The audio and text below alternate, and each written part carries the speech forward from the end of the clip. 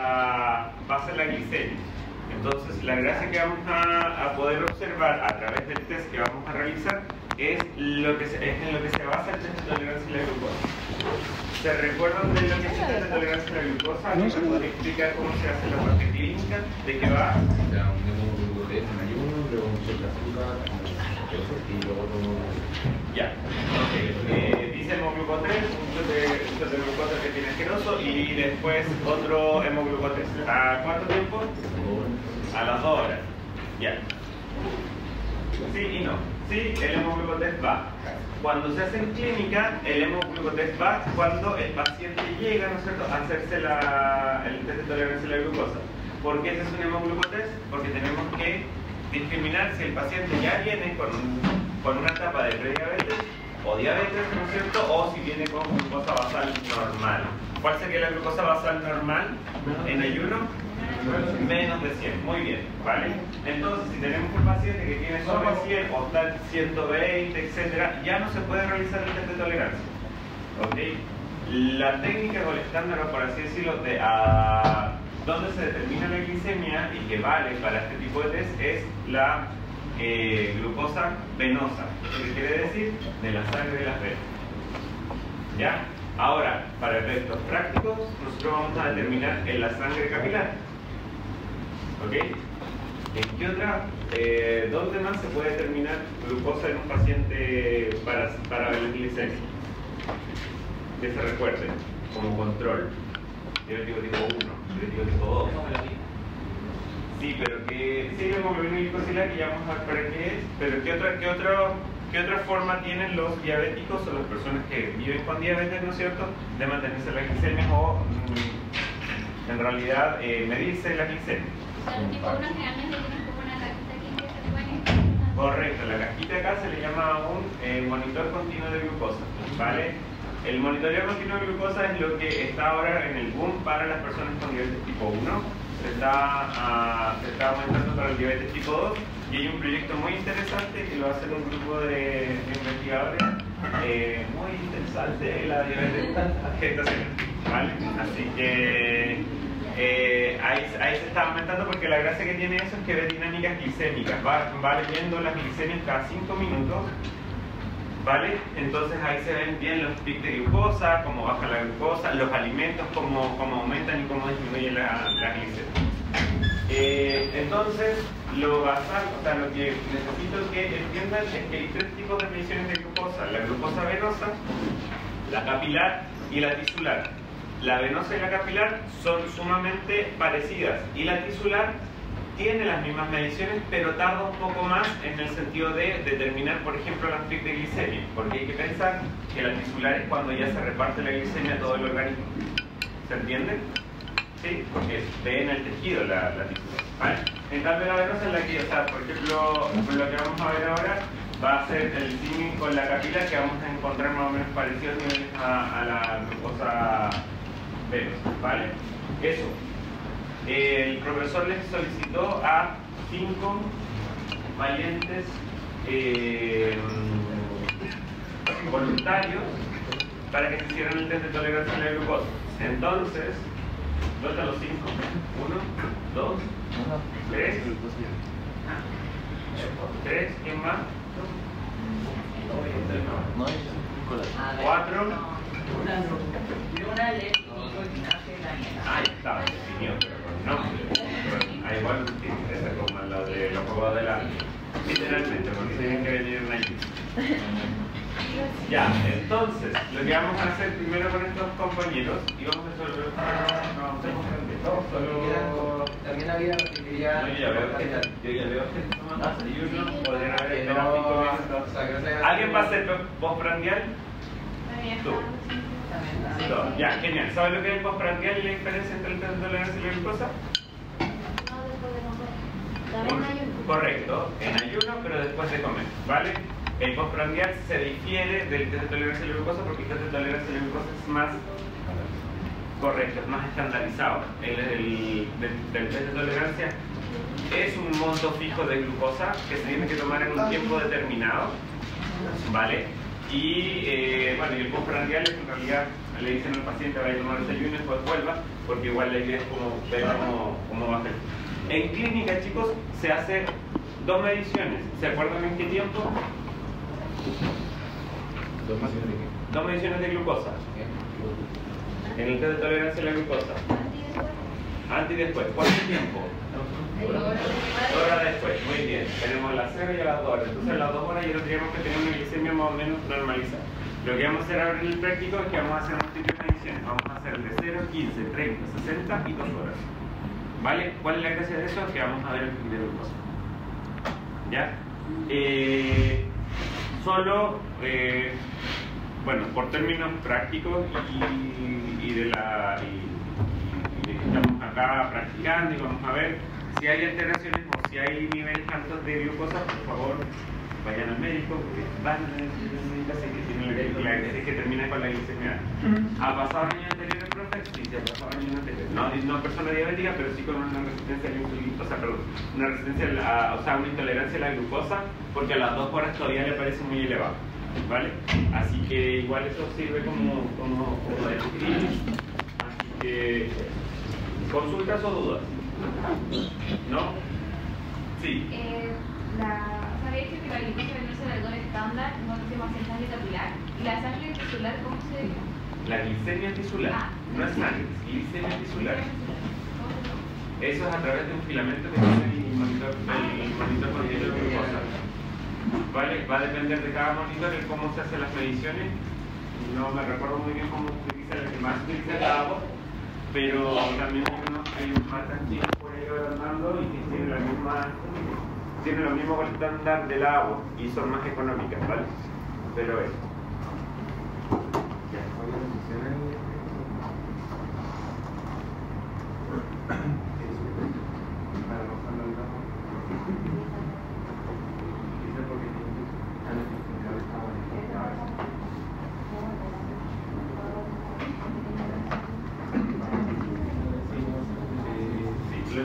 Las 5 personas que van a... Si quieren pueden pasar otra su glicemia, le va a marcar el glucómetro, la nota, porque vamos a hacer un castigo para ver cómo está.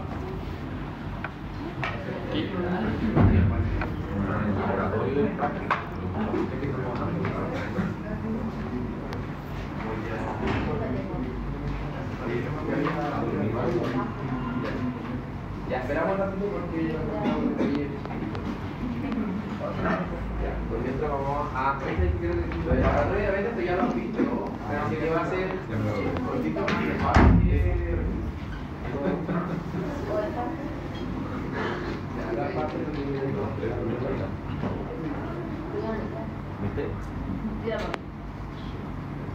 ya, entonces vamos a recordar lo que vimos en la clase de resistencia a la insulina y lo que han visto de diabetes. Más repaso y otra cosa. Entonces, ¿qué era la resistencia a la insulina? Si recuerdan de las clases. Eso es la condición de riesgo. La condición de riesgo es para una enfermedad. Para enfermedades cardiovasculares asociadas al problema del síndrome de metabólico, ¿no es cierto? Entonces, ¿por qué la obesidad abdominal se considera como un factor que puede ser indicativo de que la persona puede estar en esta condición de riesgo de resistencia a la insulina? Por la acumulación de grasa saturada que se asocia con estos problemas metabólicos. Hiperglicemia, obviamente, ¿no? Porque la resistencia a la insulina se genera hiperglicemia. Entonces, bueno, esto es síndrome metabólico, que ya lo vimos, ¿no es cierto? Se asocia con todas estas alteraciones que se asocian también a la resistencia a la insulina. Entonces, si hay hiperglicemia, es muy probable que sea por resultado a una resistencia a la insulina que pasó más allá y llegó a prediabetes o diabetes. La cantosis nigricans, ¿por qué se produce una resistencia a la insulina?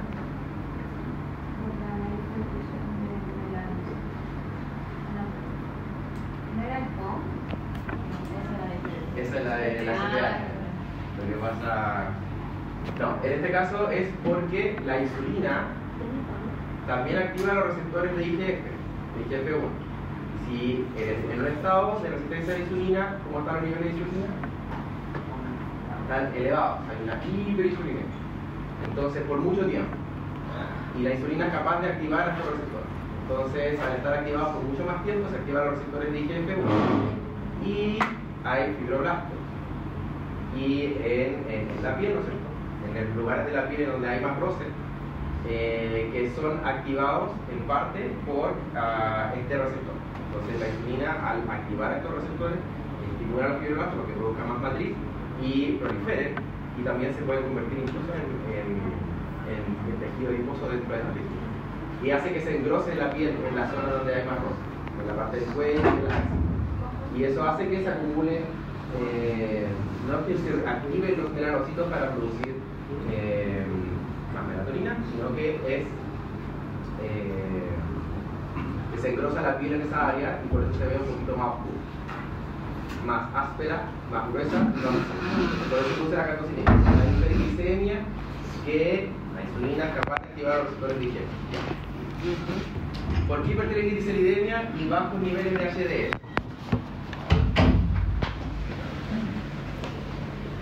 ¿Recuerdan eso?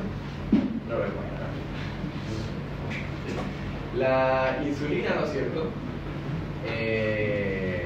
Una de las cosas que hace es acumular, ¿no es cierto?, los ácidos grasos en el tejido, o sea, en el tejido adiposo y también en el hígado. La VLDL saca ácidos grasos, triglicéridos, ¿no es cierto?, y los manda al torrente sanguíneo. La idea de la insulina es que después de comer no haga eso. Entonces lo que hace es, la insulina es inhibir la producción de VLDL y estimular la producción de HDL, que saca triglicéridos del que está sobrando dentro del cuerpo y lo devuelve al hígado. Entonces en el estado de resistencia a la insulina, cuando la insulina no está respondiendo bien a la insulina, esto se ve alterado. Entonces la insulina que inhibe a la producción de VLDL y estimula la HDL se ve disminuido. Entonces se aumenta la producción de VLDL cuando baja el nivel de insulina y se inhibe la producción de HDL porque hay menos niveles de insulina. Entonces es común que en la resistencia a la insulina haya dislipidemia, en la cual hay aumento de los VLDL, hipertrigliceridemia y bajos niveles de HDL. Esa es la razón. Esteatosis hepática, ¿por qué?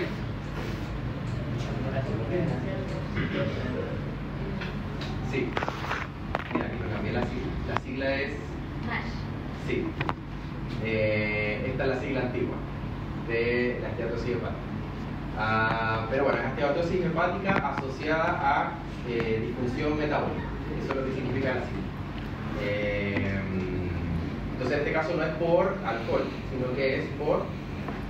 Si les gustaría que me respondan. ¿Por qué es que se produce la esteatosis hepática?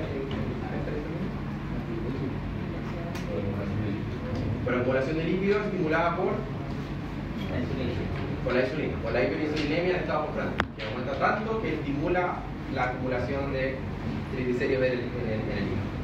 Síndrome hepatopoliquístico, por lo que hace la insulina, la leptina, el eje gonadal y también en las gónadas. Bueno, hipertensión arterial también se asocia, y esto es por problemas cardiovasculares, por que se asocia a disminución endógena, entonces también con resistencia. Ya, entonces todos estos factores, si se encuentran presentes, uno o más de ellos es muy indicativo de que la persona puede estar en estado de resistencia.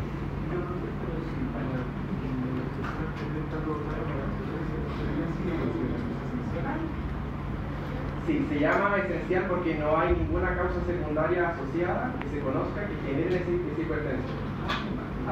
Y es generalmente es idiopática porque es por esto, pero puede ser por múltiples causas que hagan que termine elevándose la presión sanguínea.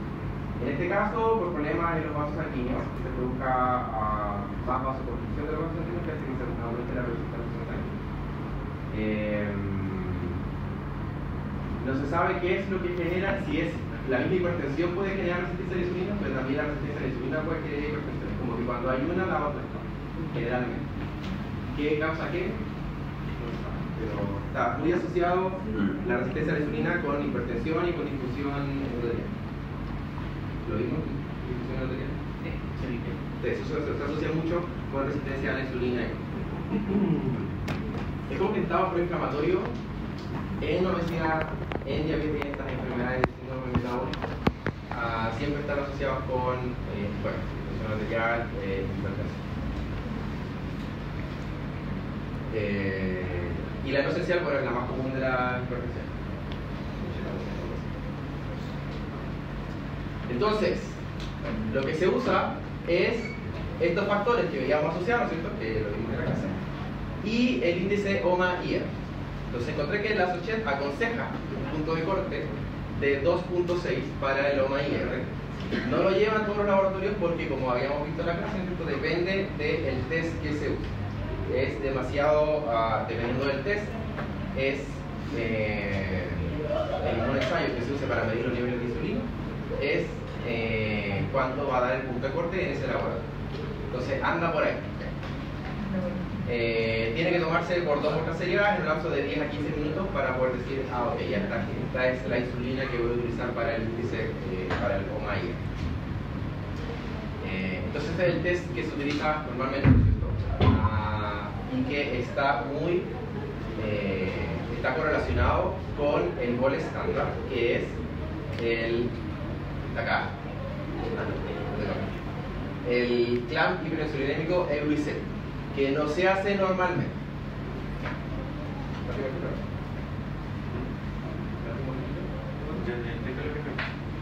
¿Sí?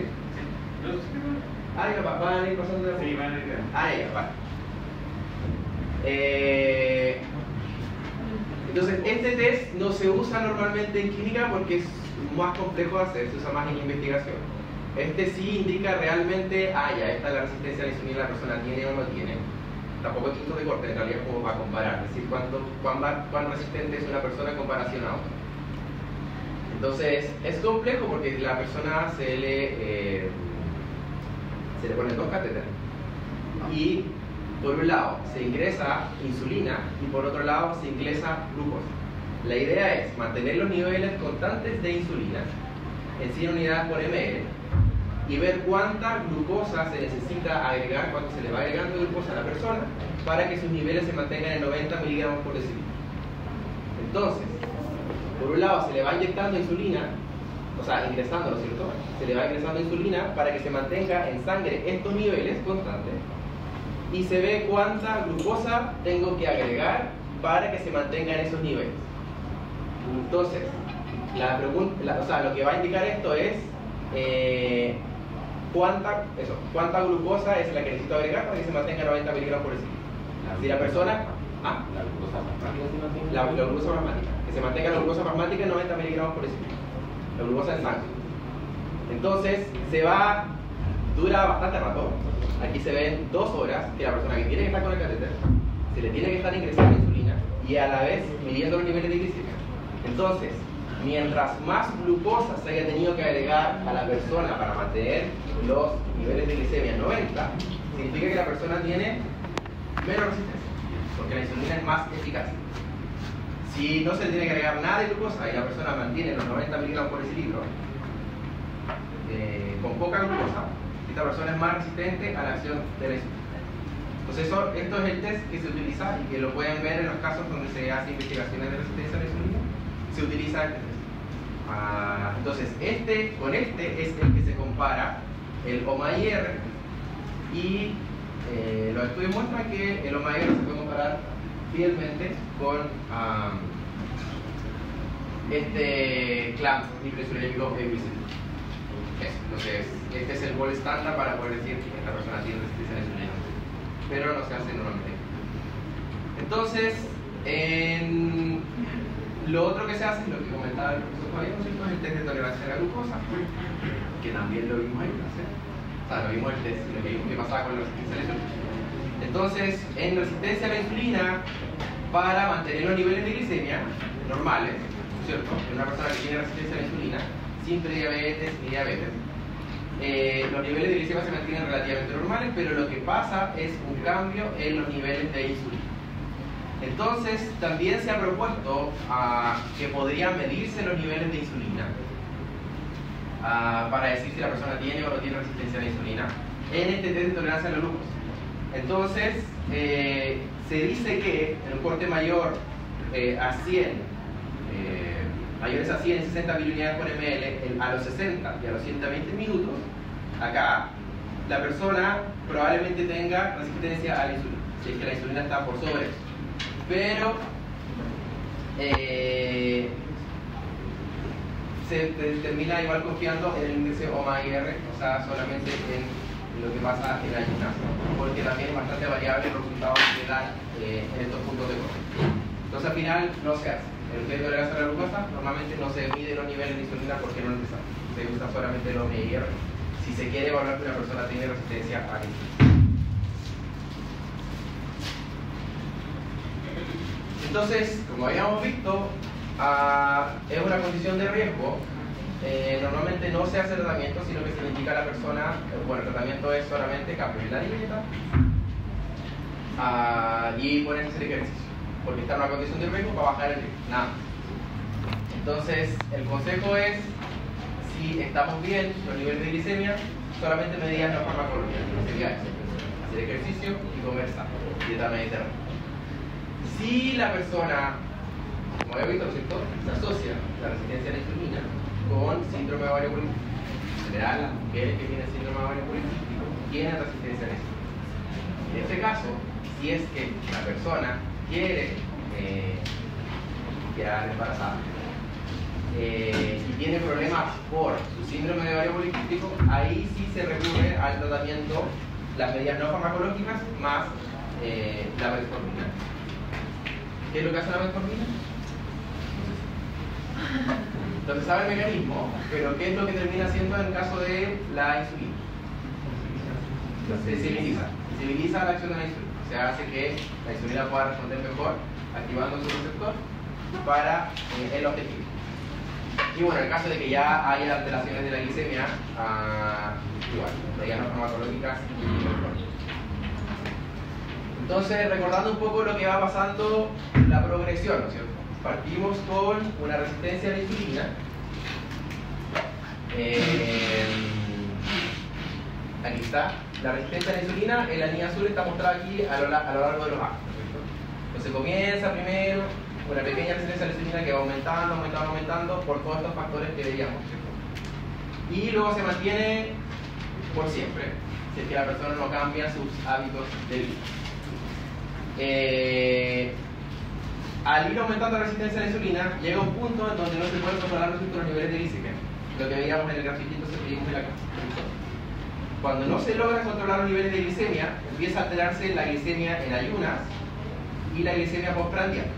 Entonces aquí vimos a lo largo de los años, empieza a aumentar la glicemia en ayunas y a aumentar la glicemia postprandial. Que en el estado de prediabetes se ve alterado, pero todavía tenemos células, todavía nuestro páncreas está como aceptable como a poder responder y producir la insulina necesaria. O sea, no necesaria para controlar el nivel de glicemia, pero todavía el páncreas está funcionando. En este estado todavía estamos en un estado de prediabetes. Luego, esta es la producción de insulina por la célula beta pancreática. Se ve que aumenta. Aquí estamos en estado de prediabetes. Y cuando pasamos a diabetes tipo 2, ahí ya empieza a haber apoptosis de las células beta. Ya no son capaces de producir toda la insulina necesaria y el estrés que existe en estas células por estar full activada todo el tiempo y por la lipotoxicidad que hay, por distintas cosas que ocurren dentro del páncreas, empiezan a fallecer. Y aquí ya pasamos al estado de diabetes tipo 2 y la glicemia ya se nos va a bajar en ayunas y postprandial. Entonces se da sobre etapa, ¿cierto? Resistencia a la insulina, después resistencia a la insulina con intolerancia a la glucosa, prediabetes, y luego se nos van ya a las bailas la glicemia y el páncreas ya no es capaz de producir la suficiente insulina por pérdida de la masa de esa barrera pancreática en el páncreas. Bueno, esto es para mostrar lo mismo, ¿no? Aquí están los puntos de corte en cada una de estas alteraciones. Entonces, la diabetes tipo 1, aquí, ¿no es cierto? ¿La vieron esa? La diabetes tipo 1. ¿Lo vieron la papa? Sí, es que todas las personas. Una vez como para día de Es que no explica. Ayer vimos diabetes. Ahí vieron diabetes tipo 1. No. Es que esa es una clase específica que no todavía usamos eso. Ya, pero ahora Ya, bueno, en diabetes tipo 1, Creo que es malo. en diabetes tipo 1 se pierde la célula beta pancreática, pero con una enfermedad autoinmune. Se ataca el páncreas y se atacan los islotes de la aguja y desaparece la célula beta pancreática. Entonces, rápidamente, por un factor que todavía no sabe, un factor genético más algo ambiental que hace que en algún momento de la vida, generalmente en niños o adolescentes, jóvenes, pero generalmente en niños y adolescentes, se empieza a producir la pérdida de células beta pancreáticas. Entonces, aquí rápidamente la persona necesita insulina para poder compensar los niveles de glicemia. En la diabetes tipo 2 va avanzando, ¿no es cierto?, de prediabetes, y en este caso no pasa ahí por prediabetes, que no hay resistencia a la insulina en una diabetes tipo 1, sino que por falla la producción de insulina. En la diabetes tipo 2 pasamos por prediabetes, resistencia a la insulina, prediabetes, y dependiendo de la etapa en donde se encuentre en diabetes, puede todavía volver con dieta, mucho ejercicio y todo, puede ser que vuelva en un estado que se llama estado de remisión. Una persona que se cuide súper bien, puede ser que no necesite medicamentos si sigue una dieta muy buena y haciendo ejercicio. Pero se llama de remisión porque ya tiene la enfermedad, o sea, fácilmente puede pasar nuevamente a ser diabético. La diabetes gestacional, que solamente ocurre durante la gestación, en la segunda etapa del embarazo. ¿Vieron eso? Sí. Sí, no. Ya. Bueno, en quinto, de buena diabetes gestacional. Y entonces, y estos son los nombres, ¿no es cierto? Que lo vimos anteriormente. Por ahí hay nota pista para cada uno de los casos. En Chile, ¿no es cierto?, se ocupa en ayunas y el test de tolerancia a la glucosa para diagnóstico. No se ocupa la hemoglobina glicosilada. La hemoglobina glicosilada se ocupa para ir el seguimiento del paciente, ¿no? A ver cómo van sus glicemias a lo largo de la vida. Entonces, para prediabetes, si los valores de glicemia en ayunas dan entre 100 y 126, 125,9 en Chile, la persona se dice, ok, probablemente tiene prediabetes. Se le puede hacer una tolerancia a la glucosa alta. En el test de tolerancia a la glucosa, si después de las 2 horas da sobre 240, entre 240, o sea 140 y 199, esta persona también tiene intolerancia a la glucosa, todavía no diabetes. Esto no es criterio diagnóstico aquí en Chile. Pero si la hemoglobina glicosilada anda sobre los 5.7 y 6.4, también es indicativo de intolerancia a la glucosa. Para diabetes tipo 2, ahora ya suben los niveles. Sobre 126 miligramos por decilitro en ayunas, si la persona le da una vez que tiene sobre 126 y luego el otro día se toma nuevamente los 126 miligramos por decilitro, la persona tiene diabetes tipo 2. Si es que no le dio 126, se le hizo un test de tolerancia a la glucosa y vio que después de las 2 horas da sobre 200 miligramos por decilitro, la persona también tiene diabetes tipo 2. Y hemoglobina glicosilada sobre 6,5%. En Chile también no es criterio. Entonces, el test de tolerancia a la glucosa, que es lo que veían recién con Fabián, que lo saben muy bien. Entonces, sí o sí hay que hacer una glicemia capilar previa, ver, ¿no es cierto?, antes de hacer el test de tolerancia a la glucosa, asegurarse que la persona no tenga una glicemia exagerada. Si la glicemia está exagerada y hacemos el test de tolerancia a la glucosa, se nos puede ir a la urgencia por una hiperglicemia por tomarse mucho de 75 gramos de glucosa. Entonces siempre se asegura con eso. Entonces se hace en ayunas, ¿no es cierto? Se ve. Siempre tiene que ser menos 160, hasta algunos laboratorios dejan como menos de 110, o incluso así es como lo que... Es que no te va a servir para el test de tolerancia a la glucosa. ¿No sabías eso? De algunos laboratorios que tienen que más de 110. O sea, que yo me hice el examen y, por ejemplo, también me ficharon, me dijeron que si estaba sobre 100 no me lo podían. Escrito el de 100 y el de 110. Ah, ya no sabía. No, lo que pasa es que tenés también otros diagnósticos, por ejemplo, de sospecha de diabetes cuando tienes 2 glicemias sobre 126. Pero claro, con 110 ya no lo dan, ya no te hacen el test de tolerancia, entonces va a haber que hacer otro test. O va a hacer otra medición de glucosa o vas a tener que volver a otro medición. Pero ya queda como ahí, como que glucosa basal en 110. Así examen. Va a tener que el laboratorio en todo caso. Eso. Pero eso me va a valer. Es que se puede hacer que tiene, o sea, desconociendo, ¿no?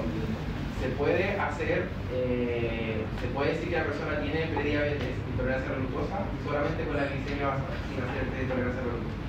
Si te da entre 100 y 126 dos veces, la persona tiene intolerancia a la glucosa. Entonces, ahí en teoría no sería necesario hacer el test de intolerancia a la glucosa.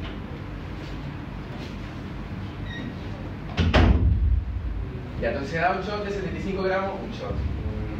Toma, ¿no es cierto? 75 gramos de glucosa en esta bebida.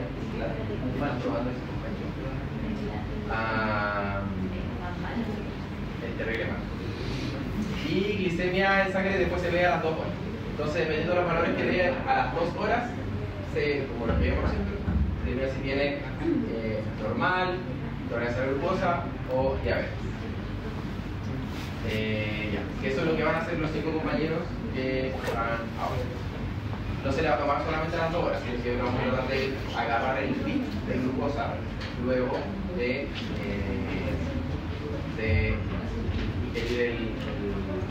la bebida. Entonces, este pic de glucosa, ¿cómo debe ser? Con los 75 gramos de glucosa. Debe ser como el normal, que sube lentamente, después baja lentamente. Generalmente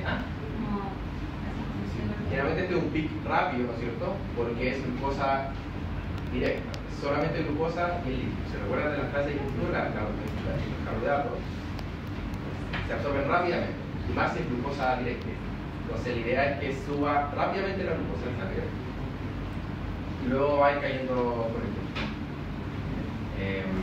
Entonces en este caso sí debería producir un pic grande de insulina, o sea, tiene un índice glicémico full alto, porque es con esto que se mide el índice glicémico, con la glucosa full. Ya, entonces para el diagnóstico de diabetes tipo 2, ¿qué cosas son las que tiene que tener un paciente que tiene diabetes tipo 2? Que esperarían ustedes ver en un paciente. No, pero sin haberle hecho el test.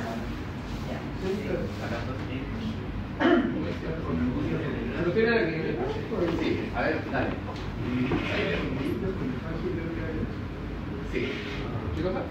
Polidipsia, poliduria, polifagia y pérdida de peso. Sí, la pérdida de peso es avanzada, pero en diabetes tipo 2. El diabetes tipo, bueno, estoy hablando aquí de diabetes tipo 2. El diabetes tipo 1, la insulina cae al inicio. Entonces también hay pérdida de peso en diabético tipo 1, al inicio de la enfermedad. Que rápidamente no se sabe muy bien. Bueno, después tengo una diapositiva de diabetes tipo 1, porque se genera, pero en algunas personas puede ser un poco más paulatino, pero generalmente como que rápidamente, de repente, la persona empieza a tener todos estos problemas. Y se caen los niveles de insulina y la persona pierde peso. Se supone que perder peso ayuda con esta enfermedad de disfunción donde lea el líquido metabólico. En este caso, técnicamente, ¿le ayudaría a perder ese peso? El diabético tipo 1 no tiene este problema. Generalmente son pobres, que no tienen problemas de resistencia a la insulina, obesidad, todo eso. Se da por la insulina. El diabetes tipo 2, en teoría sí, pero ya no sirve de nada, porque ya tuviste todo el daño por décadas. Tu cuerpo ya está alterado metabolicamente. Entonces, ¿por qué la polidipsia? Entonces aquí está. Polidipsia, poliduria, polifagia. Polidipsia, solo dudo por qué da eso. ¿Sí? Por la hiperosmolaridad de la sangre, como que están algo para abajo. Ya, ¿y por qué le dan ganas de tomar agua? ¿Por qué la sangre está hiperosmolar? Porque no sé. Porque pierde mucha orina. No, porque la azúcar no entra a los tejidos, está todo el rato circulando, entonces aumenta la osmolaridad de la sangre y te dan ganas de tomar agua. Por eso, y también porque se pierde más agua. Se ve que pierde más. O sea, en la orina Sí, porque está aumentada la osmolaridad de la sangre, porque están aumentadas las glicemias. Entonces hay más glucosa. Y también se pierde más agua, por eso hay poliuria. ¿Y por qué hay más orina? O sea, ¿por qué se libera más agua? Sí, porque aumenta la osmolaridad de la orina igual. Entonces, la recaptación, ¿cierto?, de agua hace que sea más difícil recaptar agua desde el lumen del túbulo hacia la sangre, porque está más osmolar la orina. Entonces eso hace también que salga más agua y también contribuye a la hiperosmolaridad de la sangre. Entonces ahí explicamos la polidipsia y la poliuria. Por eso las personas orinan más. Polifagia, ¿por qué la persona tiene más hambre? Porque las células tienen energía que no le hicieron. Porque las células como que como le están dando glucosa tienen que estar ahí. Sí, por eso, es señal de.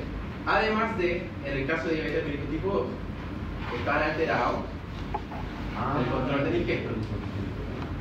Sí, en el hipotálamo, en el núcleo 4. Entonces hay resistencia a la leptina y resistencia a la insulina, que también produce sensación de hambre, o sea, sensación de saciedad.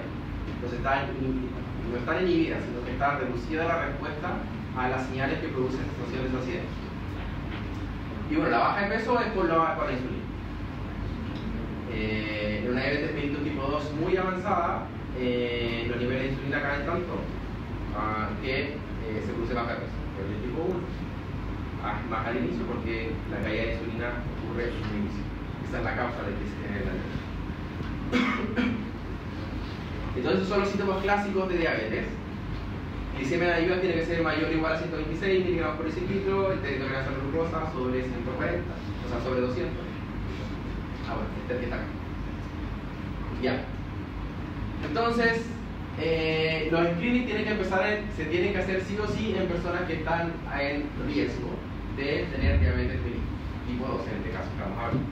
Entonces, se consideran personas de riesgo las que tienen sobre 45 años o bajo 45 años por algunos de estos factores asociados al síndrome de Down. Entonces, un índice de masa corporal sobre 25, o sea, la persona tiene exceso de peso, más alguna de estas alteraciones. Entonces, lo que veíamos, por ejemplo, esta dislipidemia por hipertrigliceriemia, bajo niveles de HDL, sedentarismo, personas que tengan parientes con diabetes, mujer con antecedentes de hijos macrosómicos. Bueno, no han visto eso todavía. ¿Es lo de la diabetes gestacional eso? Diabetes gestacional y obesidad se asocia con niños macrosómicos. Se producen alteraciones ahí en el metabolismo que hacen que los niños tengan por menos. O que haya tenido diabetes gestacional. Entonces está más gente. Las alteraciones que veíamos en el ciclo metabólico, si las tiene una persona bajo 45 años, se considera también de riesgo y tienen que empezar a ser tratadas, o sea, no tratadas, sino que evaluadas más periódicamente.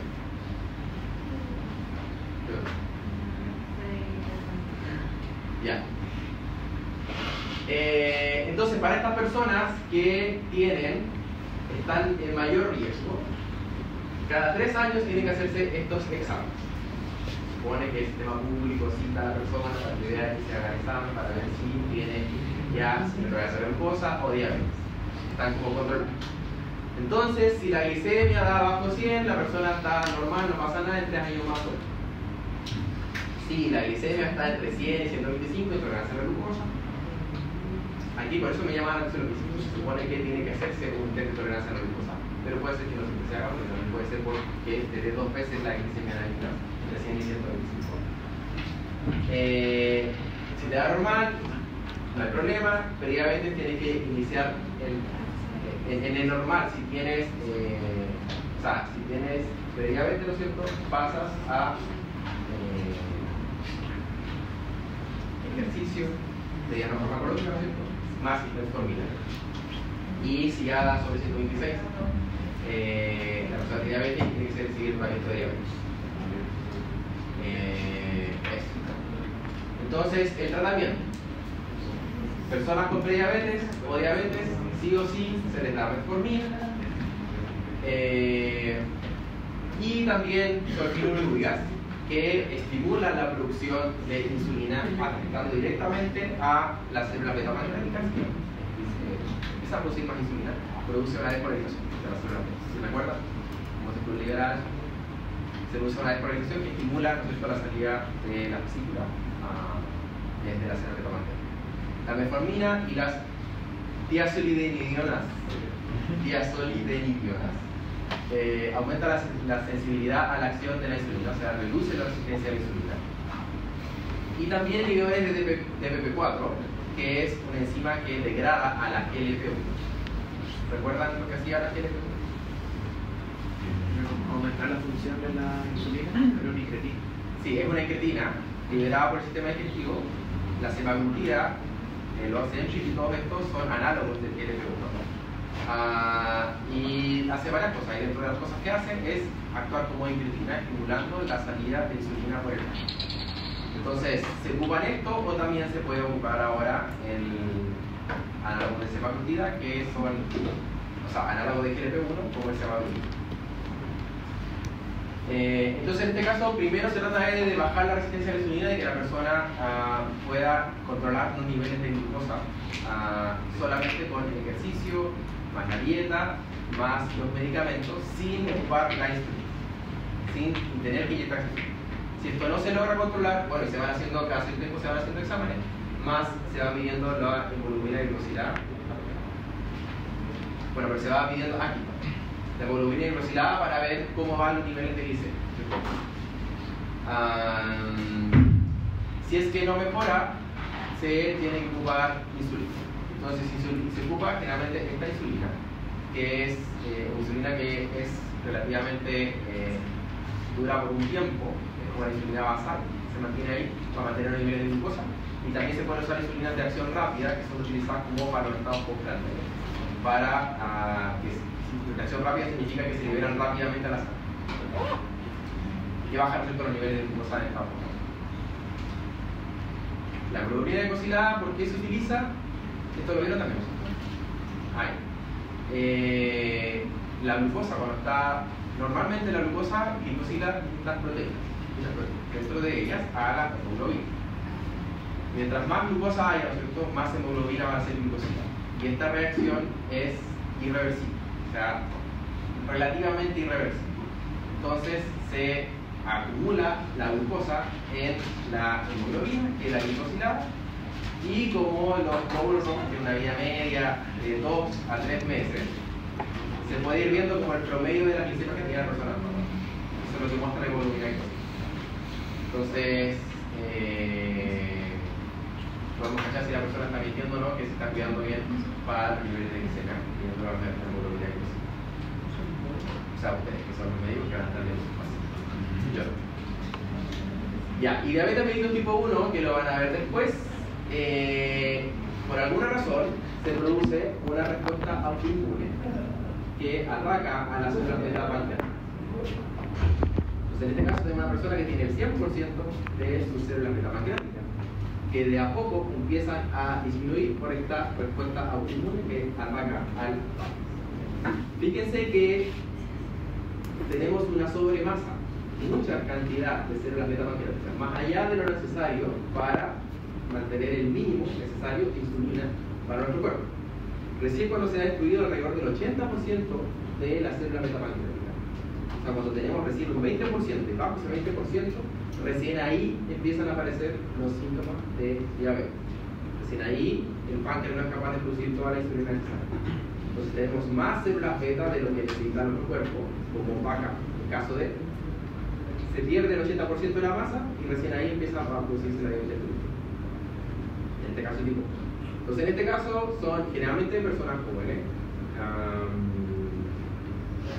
niños y jóvenes, en los que de repente empiezan a tener los síntomas de diabetes. Y aquí se observa presencia de anticuerpos contra proteínas de las células beta, que deberían estar presentes. Y por último, complicaciones asociadas a diabetes, la cetoacidosis diabética y el síndrome intrapolar procesal. Esto también lo tienen que ver. Entonces, en el caso de la cetoacidosis, La insulina, ¿no es cierto?, inhibe la producción de cuerpos cetónicos. Pero no es necesario, porque se supone que hay glucosa para abastecer el músculo. Se necesita de muy poquita insulina para inhibir la producción de cuerpos cetónicos. Entonces, generalmente esta alteración se ve más en diabetes mellitus tipo 1 que en diabetes mellitus tipo 2. Porque en diabetes mellitus tipo 2, generalmente igual tenemos algún par de células beta pancreáticas hasta el final produciendo insulina. Entonces, aún es capaz de inhibir la producción de cuerpos cetónicos. Mientras que en el caso de diabetes mellitus tipo 1 se pierde la producción de insulina y cae tanto que es más fácil que se produzca la producción de cuerpos cetónicos. Entonces, más se ve esta complicación en diabetes mellitus tipo 1 que en diabetes mellitus tipo 2. Diabetes mellitus tipo 2 tiene que ser muy avanzada la diabetes para poder verlo. Entonces, esto va a producir acidosis metabólica, ¿no es cierto?, y deshidratación por menor recaptación de agua, por aumento de los niveles de glicemia, ¿no es cierto?, para los cuerpos cetónicos contribuyen a esta hiperpolaridad de la vida. Y el síndrome de hiperemolar no cetóxico, en este caso los niveles de glicemia se van full para arriba, ¿no es cierto? Cuando pasan los 600 miligramos por decilitro, es que ya se puede generar esto. Es tanta la hiperosmolaridad dentro de la sangre y en la orina, que capta menos agua, que hace que se produzca esta deshidratación. Entonces lleva a deshidratación y puede ser muy grave si la persona eso. Entonces, para recordar lo que ya han visto en general, ¿no es cierto?, de diabetes, etc. Sí, no tengo más. Ya, anoten porfa su glicemia, después vamos a ir anotándolas acá al final de la clase. Profe, una anotación cortita. Si era en cuanto a lo del test de tolerancia a la glucosa, dijo que había una red de glicemia venosa y una capilar. Eso no entendía lo mismo. Es que la venosa se tiene que hacer sí o sí porque es el punto cero del test de tolerancia a la glucosa. Pero antes de eso hay que hacer una capilar para asegurarse, porque la venosa se va a demorar en llegar a los resultados. Entonces tiene que hacerse una con el glucómetro para saber estimar cuánto es la glicemia en ese momento de la persona antes de hacer el test de tolerancia a la glucosa. Ya, entonces primero la capilar para ahorrar si tiene, que no entendí eso del menos 160 y menos 126. O sea, es que si la persona ya está sobre 160,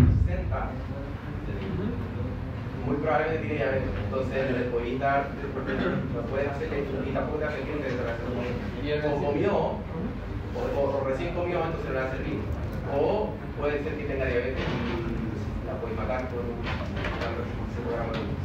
Ya, y si tienen menos 126 ahí se puede, es que no entendí eso, no entendí por qué 126. Está estandarizado, pues son números que algún científico dijo que de aquí para adelante es diabetes. No si entiendo eso, no tienes que usar como dos pruebas o un prueba primero, no sé, puede ser menor. Yo te entendí la duda. Lo que pasa es que te tenés que tomar la glucosa capilar para ver si te pueden hacer el examen. Porque si eres diabético, te puede dar hiperglicemia. Y con eso te aseguras que la persona de verdad no haya comido esto. Y después te la sacan de la sangre como O verdad. que no sea diabético. Entonces tienes que, antes de que se tome los 75 gramos de glucosa, tienes que saber cuánta glicemia tengo. Y en el examen venoso se va a demorar llegar al resultado. Tienes que ir al laboratorio, tienes que medir la glicemia. Entonces la idea es ahí mismo, en el lugar donde está el paciente, tienes que tú medirle estimar cuánto sería la glicemia. Entonces lo haces ahí con un glucómetro. Para no cometer el error de que diabético, para que y también hacer el examen si quiere el examen, porque si la persona comió antes, te digo no comí, pero después comió y está en el boca.